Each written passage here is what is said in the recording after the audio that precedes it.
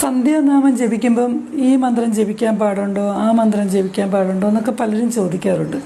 എല്ലാ മന്ത്രവും ജപിക്കാം, സൂക്തങ്ങൾ ഒഴിച്ച്. വേദസൂക്തങ്ങൾ നമ്മൾ ജപിക്കാൻ പാടില്ല. അത് സൂര്യോദയം മുതൽ സൂര്യാസ്തമയം വരെ മാത്രം ജപിക്കേണ്ടതാണ് വേദസൂക്തങ്ങൾ. അതൊഴിച്ച് ബാക്കി എല്ലാ മന്ത്രങ്ങളും നമുക്ക് ശ്രീസന്ധ്യയ്ക്ക് ജപിക്കാവുന്നതാണ്. അതിന് പ്രത്യേകതയൊന്നുമില്ല. എല്ലാ മന്ത്രവും ജപിക്കാം കേട്ടോ, ഒന്നും ഒരു കുഴപ്പമില്ല. ഇന്ന മന്ത്രം ജപിക്കാൻ പാടില്ല, ഇന്ന മന്ത്രം ജപിക്കാൻ പാടുണ്ടെന്നൊന്നും നിയമങ്ങളൊന്നുമില്ല. പക്ഷേ നമ്മളെപ്പോഴും എല്ലാ ദിവസവും ആദ്യം ഗണപതിയുടെ മന്ത്രം, പിന്നെ സരസ്വതി ദേവിയുടെ മന്ത്രം, സാധാരണ സന്ധ്യാനാമ പുസ്തകത്തിനകത്തുള്ളത് മതി കേട്ടോ. അല്ലാതെ വളരെ വിശാലമായിട്ടൊന്നും പോകണ്ട.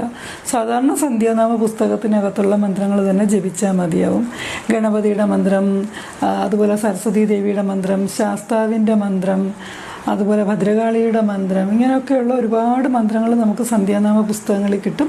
അത് വാങ്ങിച്ച് വായിക്കുക. അപ്പോൾ നമുക്ക് കുടുംബത്തിന് ഐശ്വര്യവും സമ്പൽ സമൃദ്ധിയും സന്തോഷമൊക്കെ തന്നെ താനേ ഉണ്ടാവും. പ്രാർത്ഥനയ്ക്ക് ഒരുപാട് ഫലമുണ്ട്.